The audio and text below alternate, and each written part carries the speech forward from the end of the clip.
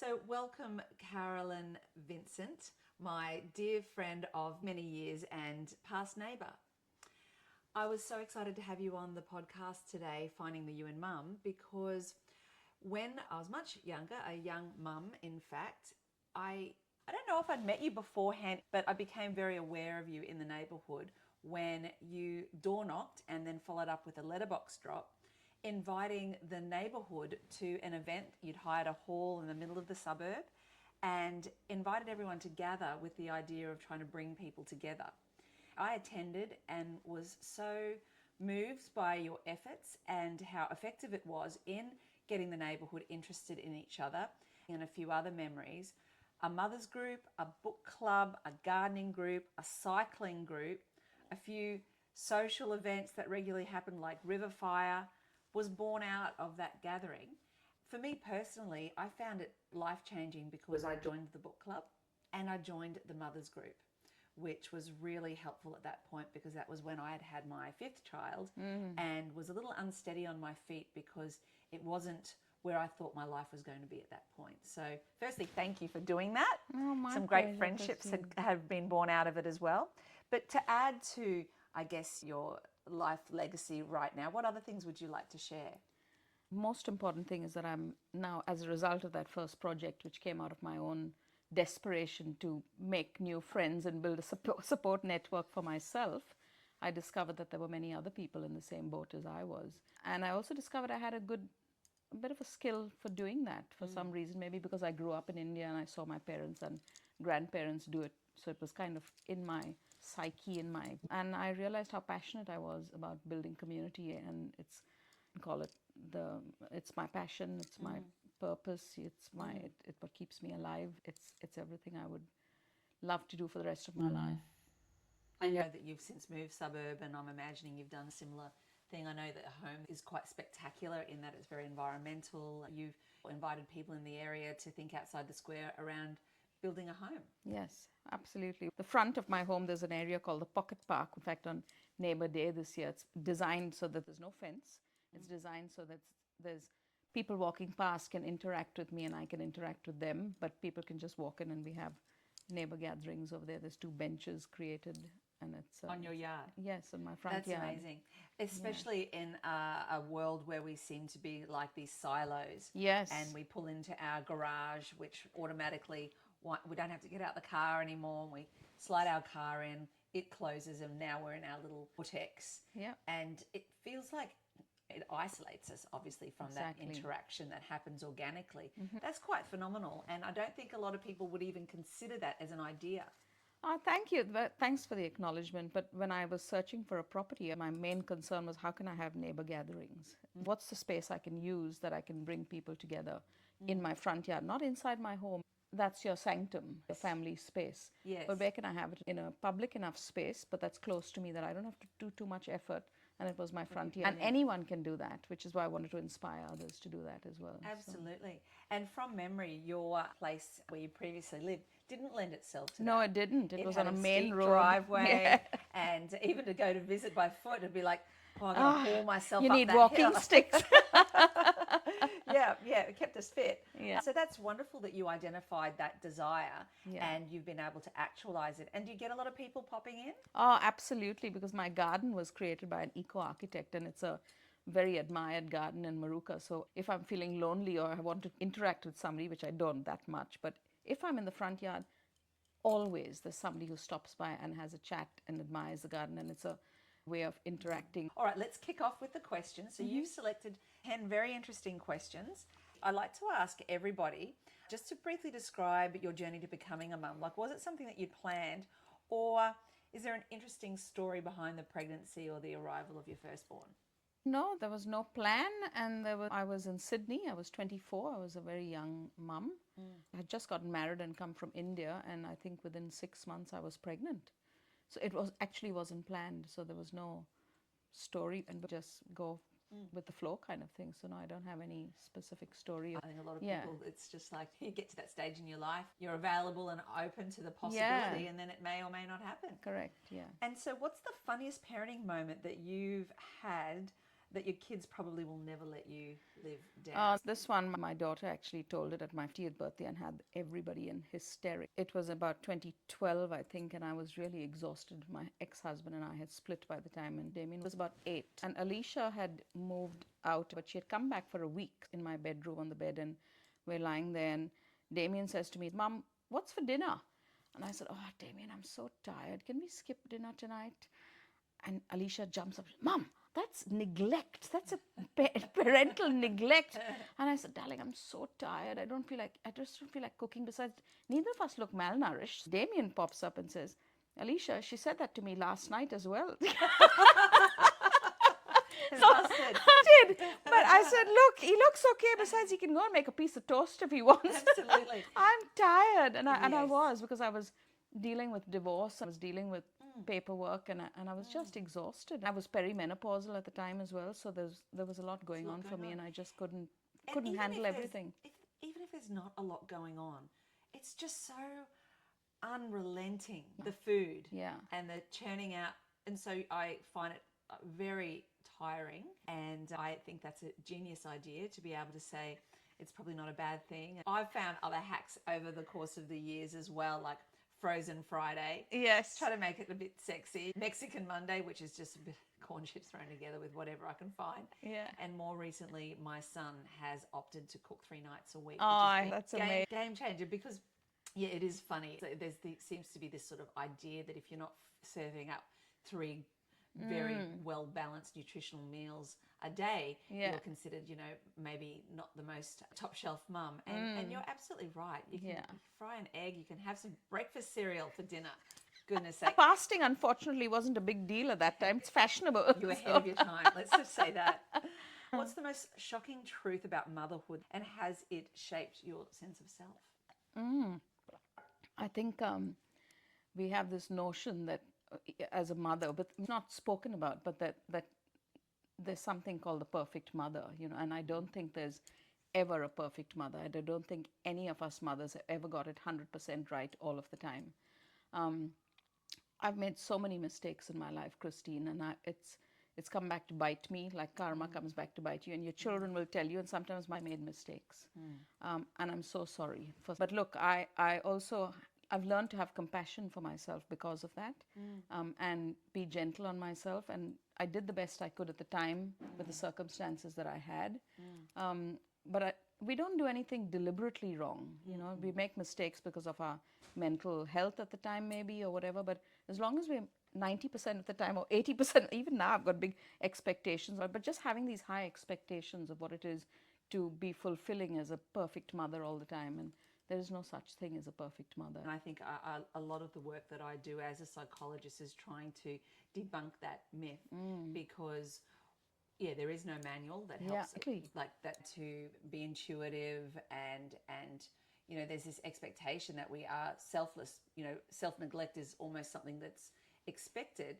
And if we're operating from that space, then even with the best intentions, we are going to make mistakes. And even if we aren't neglecting ourselves, mistakes are inevitable. But it's kind of a beautiful part of parenting as well. Yeah, absolutely. And it allows us just to remember this mother role isn't fixed, and also beyond that, I'm still a woman. And as a woman, I was allowed to make mistakes. As a woman, I was allowed to show up some days disheveled and not put together in a particularly well. But once you become a mum, it's almost like there's this new branding with this weird belief that you now don't make mistakes. That self-compassion's wonderful. And maybe there's no other way to really learn it than to accept that we're flawed and be able to find that way to still love ourselves. Yeah, and every child is different, Christine. So even if there was a manual, it wouldn't cut it. Exactly. Yes, and every circumstance is different. Manual would actually be a flop. Don't write the manual. What does finding the you and mum mean to you, and how do you practice it in your daily life? So that's probably the biggest learning lesson of my life. Till I separated from my husband, which was 22 years, I was as a good Indian wife, supported my husband in what he wanted to do. I lost myself completely. Yes. I honored my husband, I honored my children, my home, my garden, my parents and family and friends, but I forgot Carolyn. I actually lost her completely. And when I was in 2011 when we separated, I'm sitting there thinking, what do I want to do with my life now? And I had no idea. I didn't know what I loved doing. I didn't know what I was passionate about. I had no idea. I was like a lost lamb. Yes. And I remember thinking to myself, what have I done? You know, here I've spent 22 years just being this so-called good wife. But I didn't know the you in mum. You know, it was a big moment for me, and I get teary, but I was lucky to be in a good financial position. I took 3 years out of my life, 2010 to 2013, which is when I started that project. Yes, I remember. I worked with coaches. I did workshops. I did online listen to. I didn't have the confidence to go out and write a CV, because all I've ever done is worked in business. I've interviewed and hired many people, but I didn't have the confidence to go and work in a job because I'd always been in business. So I was really lost. And after 3 years of doing a lot of work and soul searching, my ikigai, which is building community, but nobody pays you to build community. So there was another thing I had to navigate there. How do I earn an income out of this now? You know, and I still haven't. But anyway, that goes down another path. It's a different conversation, but isn't that wonderful? I live my passion today. I love building community, but I do it in so many different ways. Yeah. So I feel like what I heard in that especially was it's okay to be lost for a period of time. It's quite normal that we get in the trenches of our various roles, and it's interesting that you say that your culture sort of had an imprint on the expectations as well, in that, you know, traditionally, you know, as a young Indian woman, there's this mandate that you serve your family of origin, your husband, then your children, and then your home. And there's probably not a lot of like suggestion around figuring out what inspires or excites you. So you had to almost, well, you were forced in some ways, I'm guessing, with the separation, but also once you were there in that space, you had to rewrite a lot of your conditioning. Absolutely. And one of the things I decided was that I was not going to, because my daughter said, Mom, you're a great salesperson. You've been in business. Go and get a job for Strand, because we sold luggage. And I said, no, I don't want to do that. And what I had decided was that I'm only going to do something that I love doing. I had to love it. Yes. And I had no idea what it was, but that's what I knew. I had to love it. So and how long did it take you to figure out? Like 3 years. 3 years. 3 years of deep diving, almost to the exclusion of other activities. I used to clean houses. Yeah. To get an income. Yes. Because I used to work for absolute domestics. Yes. I went and trained, and I had that little yellow Beetle, and I would drive around with my mop bucket and clean units in Kangaroo Point. Yeah, wonderful. Yeah. And that's how I earned an income, but it gave me flexibility to find out what I loved doing. So yeah. And that 3 years was well spent, because now absolutely. You're doing this wonderful endeavor. Absolutely, yeah. And so, what parts of you have you fought hardest to keep? To stay with what I love doing now, because I guard it like that, you know. Yes. Because I didn't have it for 22 years, and I know the most importantly, it has become alive. I've never felt more alive in my life. I mean, children, yes, of course, and you know, all of that. But when you discover when it's making a difference in the world, there's another level of aliveness that happens inside of a human being, I think. And so that happened for me, and so yeah. I think that's amazing, and just to feel that inspiration at any age. I mean, you know, we're, I guess, a little bit more mature, and a lot of people probably think that they've had these epiphanies maybe in their later 20s or early 30s, and to be able to say, no, it actually can occur at any time where you realize, this is why I'm here, this is what makes me tick, this is what I want to be remembered for. So I think congratulations on finding that, Carolyn, while you've still got decades to enjoy it. Thank you. And make a lot from it. And I love it, most importantly. So what's the most unexpected way motherhood has healed or transformed part of you? So I got a little story with my son, and I suppose I always think that, you know, you feel as a mother that you've got to know everything of how to raise your children, but I realized that I can learn from my children as well, and that was a big one for me. My son Damien, I had moved to Maruka, and one weekend we were renting a place in Maruka, and I had a fixed amount of income. I was not working still. I was still doing community. When our toilet went busted, there was one toilet in the house, and it busted on the weekend always. And I rang the plumber, and I said, look, it's happened. And he says, look, if I come today, it'll cost you $280, but if I come on Monday, it'll be half. But he said, what you can do in the interim is turn the tap off every time you go to the toilet. So I said, okay, before we can do that. That's easy. So I said to Damien, I said, look, if we don't do that, it's going to flood this whole kitchen, and then we'll be up for a lot more. So he said, Mom, I'll be fine. So anyway, he goes off to school, and then I'm at home, and then I did what I did, and I went off. I come back at about 4 in the evening. He's come back before me. 3 o'clock, he's to come back by bus. And he sees the kitchen completely flooded because I left it open. Anyway, I come back at about 4 and I go straight to my bedroom, not realizing he's in his bedroom, which is closed, and he knows that I'm home. He comes to my bedroom and he says, Mom, I said, how are you, son? And he says, you know, you left the toilet thing open and the whole kitchen was flooded and it was a big mess. But anyway, I got all the towels from the laundry and I mopped it all up and it's all clean now. Just remember to close the tap. Okay? And then he gently walks out and goes into his room, just like that, very calm. And he closed the door. I was him and him was me. I would have lost it. Yes. I would have lost it because it would have been a mess. And so what gives me the right as a parent, because I'm in a position of power, to yell and scream at my children? It was a huge lesson for me, Christine, that moment. Until today, even when Damien was living with me and he'd say he'd leave the sink in a mess, when I'm about to go and say it to him in a harsh way, I have to correct myself and say, son, can you please come and clean up the kitchen? You've forgotten to clean it up. I changed because I remember that lesson. What a brilliant lesson. That actually transformed my way of parenting. Yes. Not thinking that just because I'm mum and you are in a position of power as parent, that you can use that power. You know what I mean? Yeah. Carolyn, it's even a gentle reminder for me because, you know, and you can read all the books you like that remind you of that important point. But it's not until you've got a practical example like that where they're your teacher, where they're showing you a way to operate that is way more respectful, sophisticated, effective. Absolutely. Not releasing a whole heap of anger and cortisol needlessly in the space. Correct. Yeah, I'm still learning that.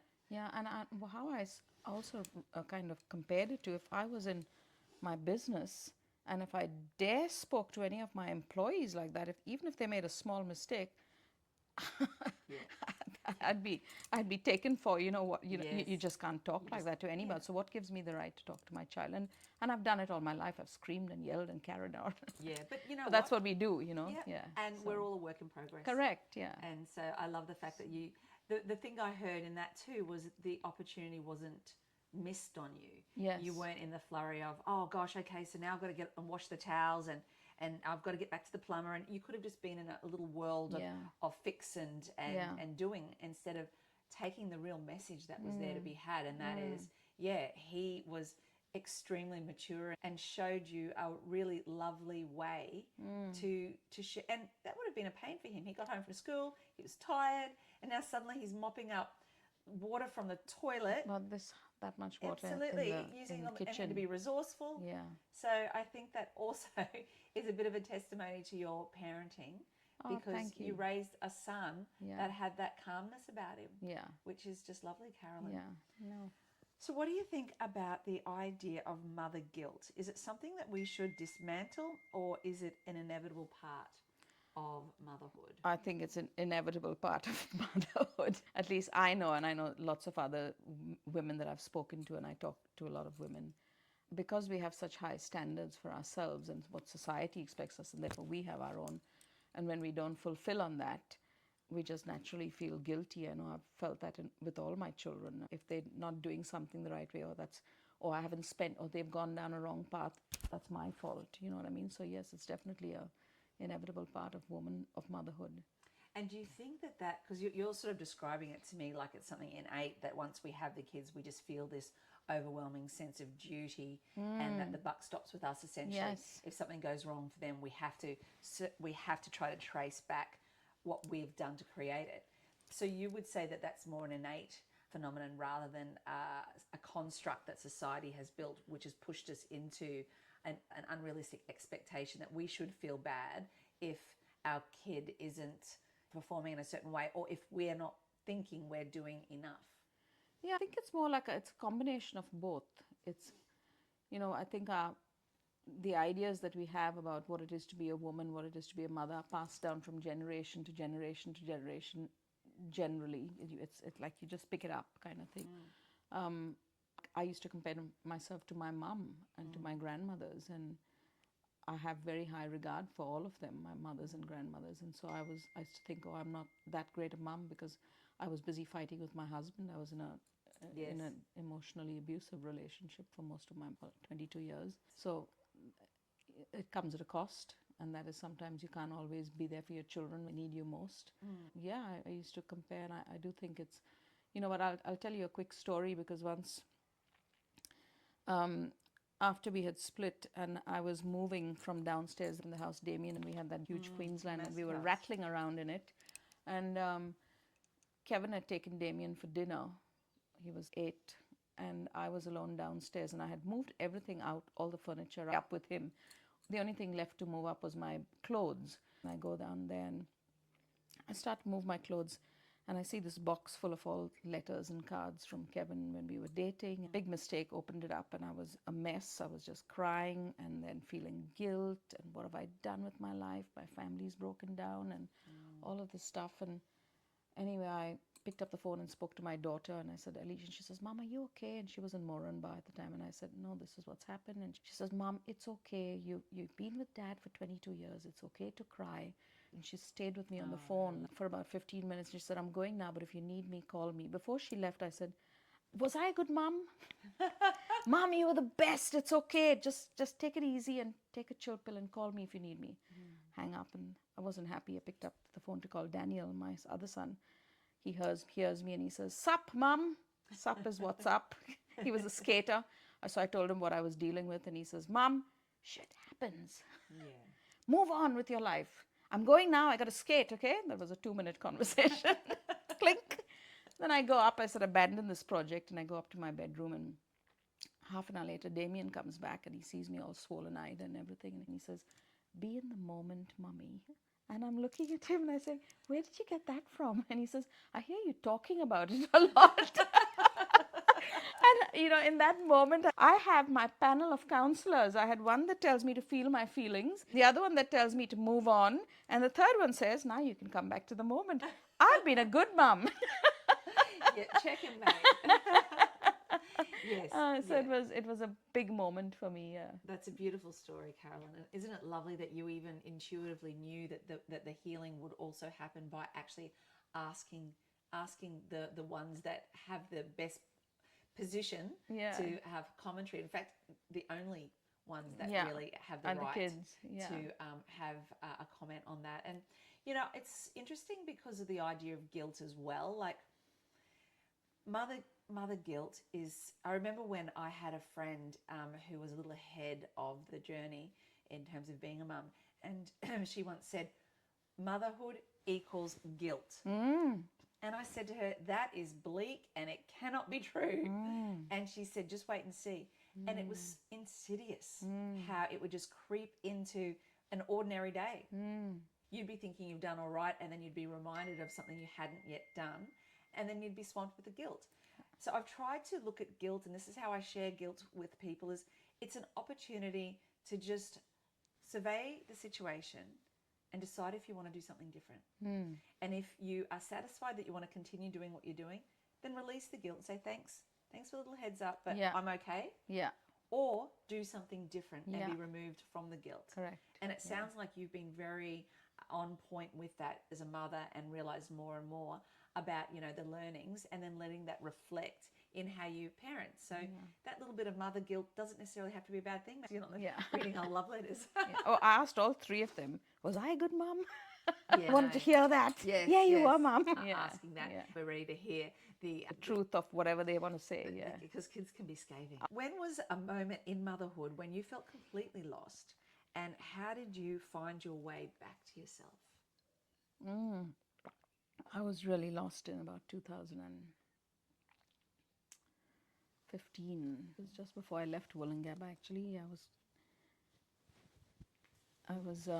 My older son, Daniel, he was probably the one that wore the brunt of our marriage breakdown from 15 to 17. was when we were having lots of fights at home and stuff, and so I couldn't. You're putting out fires. You can't give your time to this child who's going out skating, and he went on the wrong tracks and got into a bit of bad company, I suppose, and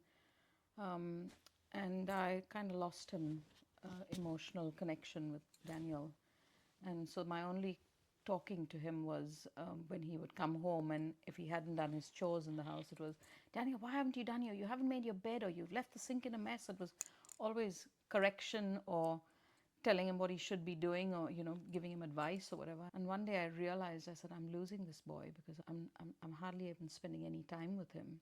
He was 17. Yes. And he happened to come home one morning and he was making breakfast, and I thought, oh, this is my chance. I'm going to sit with him. And I made breakfast and I sat at the table with him, and I just sat with him and I said, look, Daniel, I said, I want to have a better relationship with you. I don't know how to do it. What do I need to do? I was lost, and I thought the best person I could ask perhaps was him. And he says, Mom, he says, just be with me. And I'm saying, be with you? I said, you're never here. I said, you're either out skating or you're clubbing or you're working. You're in and out of the house in 5 minutes. How can I just be with you? And he says, Mom, he says, instead of telling me what I should and shouldn't be doing and giving me advice and telling me how I could do things better, just be with me. I'm still so like confused. I don't know what he meant by that. And he looked on my face and he says, so how was your day, Mum, yesterday? I'll show you how to do this. Yeah. And I told him, and he says, and how was it today? Have you got anything planned for today? And I told him, and he said, have you been dating anyone? And I said, and then I twigged on. So then I asked him, oh, how was your day, Daniel? And we had this lovely conversation, and he basically taught me how to connect and be a mother with him, which I had completely. And so I found my way back to, I've got the most amazing connection with him now, and it helped me be with my other children in the same way, because as a mother I've done so much self-development through my journey that we tend to advise more and talk more at our yes. I think that's again wired into us, that if we see them in pain, yes, our automatic default is, how can I solve this, or what solution is there? And we do tend to focus on that, or trying to bring up healthy little citizens. So if they've got chores to do and they haven't done it, it's not so much about the value that's being missed, or and while that has a really important place, I totally hear what he was asking for and what is so hard as a mum to sit with, and that's just hang with me, he says. Just hang. Yep.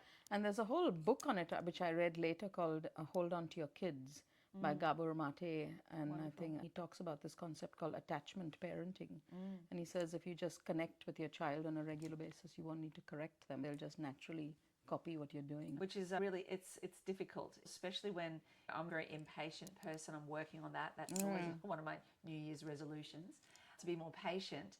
And when you can see this dilemma and there's a really obvious solution, you just want to keep hammering it into them. Correct. They'll come to you and ask you for advice. You won't be giving them anything. They'll come to you for help and support. What a lovely moment that is. Yeah. What decision as a mum have other mothers potentially disagreed with, but you knew that it was right for your family? For my family or for me? Or for you, For me? Yeah. Because for my family is a different story, and for me is a different story. But for me, I suppose, like when I discovered what I loved doing, which was building community and anything to do with that, it was 2017, and my daughter had just gotten pregnant with her first baby, and she came to me and she said, my mother-in-law's after the baby 2 days. Will you look after the baby 2 days? And I tell you what was the hardest thing for me to do, Christine, to say to her, no, I can't. And she says, why not? And I said, because for the first time in my life, I've discovered what I want to do with my life. And I've discovered what I love doing and what I'm passionate about. And I want to support you and I will support you, but I can't block out 2 full days to look after your baby. And I'll love him as much as and I'll let you, I'll help you when you go on dates. You drop him here for ad hoc, half a day, I'll take him out. And I did. I used to do lots of things, and I still do. But it was a hard one because most grandmothers today and grandparents look after their children's children, and I don't. I mean, I do look after them, but not fixed, not like a daycare center kind of thing. Yep. And I just love that. And I think that you've just opened up a topic that a lot of women probably wrestle with, because you hear so many people, I do anyway, them saying, I can't wait to be a grandmother. I'm a grandmother now. I'm so excited by that. And yes, I'm going to look after the baby during these times. And I've often wondered, even myself, when that day arrives, how will I feel about being, beholden and locked in, which again is forfeiting yourself and leaning back into that maternal role, which of course, we've got capacity for, but it's how much and at what cost. So correct. I love the fact Carolyn said, I can give you so much, but it's going to look different from what you've asked. Correct. Because I can't be contained in this way because of the decades where I wasn't listening to my needs. I wasn't able to even remotely dance to the beat of my own drum. I've just found it. I've just got my drum. I got my little drumsticks and I just can't walk away from it. How did she receive that? That's a good question. At first she was a little upset, but Alicia is such a mature young woman, and then she understood and she said, I get it, Mom, I understand. She lives 2 streets away from me, so she's very blessed because the kids can cycle down to my place, and they're in and out of my house whenever they've got the code on my house, so they come and go when they want. And she's fine with it now, but she wasn't immediately at the time. So even though you sliced and that's a and natural thing, I suppose, because she wanted me in a, they want you in their life, and who best to look after their child rather than a daycare center? Absolutely, but also I know that it's also logistics. It suited her, as absolutely, well, to have it in that format, and it was very brave of you to be able to, know that it was probably going to be a difficult conversation. It was very difficult conversation, and difficult for me. Yeah, and not only that, it could have really compromised your relationship for a period of time. Absolutely. It could have been one of those situations where, it becomes a lot to resolve. So I think it's marvelous. We're willing to back yourself to that extent. That you were like, this is my time. I've got to take it. I think a lot of women struggle. They think, I'll get back to that. I've discovered my passion. I'll just put it on ice and now I'll tend to this need of my children. And I think from my experience, those needs are ongoing. Yes. It's not just about looking after the kids before they go to school. It's then about pick up and drop off at school. And the list goes on. And it's beautiful, but you've got to know where your boundaries are and what you need to maintain your individuality. I think at the time, I can't remember, or 54 or something. And you don't have the same energy as you had when you're 24. So you're looking after a baby. It's not... but your children don't understand that you've got half that energy. You're twice their age. You know what I mean? So it's not as easy as they think it is. Well, it's harder for them because you look so young and sprightly. You're part of the problem, You just look good, and they're thinking, Mum, you look agile. Get up. I know that's one of my big dreads when I do become a grandparent, because I just don't know if I can go back to the broken sleep. Yes. And I'm like, is there any way I can offer up my services but just have this hard rule? And I'm thinking that's going to be tricky with sleepovers, but I'm going to try to find a way.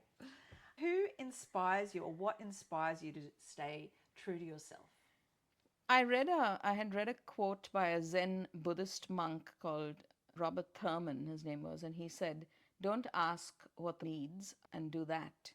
Because what the world needs is people who have come alive. And that I've never forgotten that. And when I started doing community work, and I felt a different woman, and I thought, I want that feeling for the rest of my life.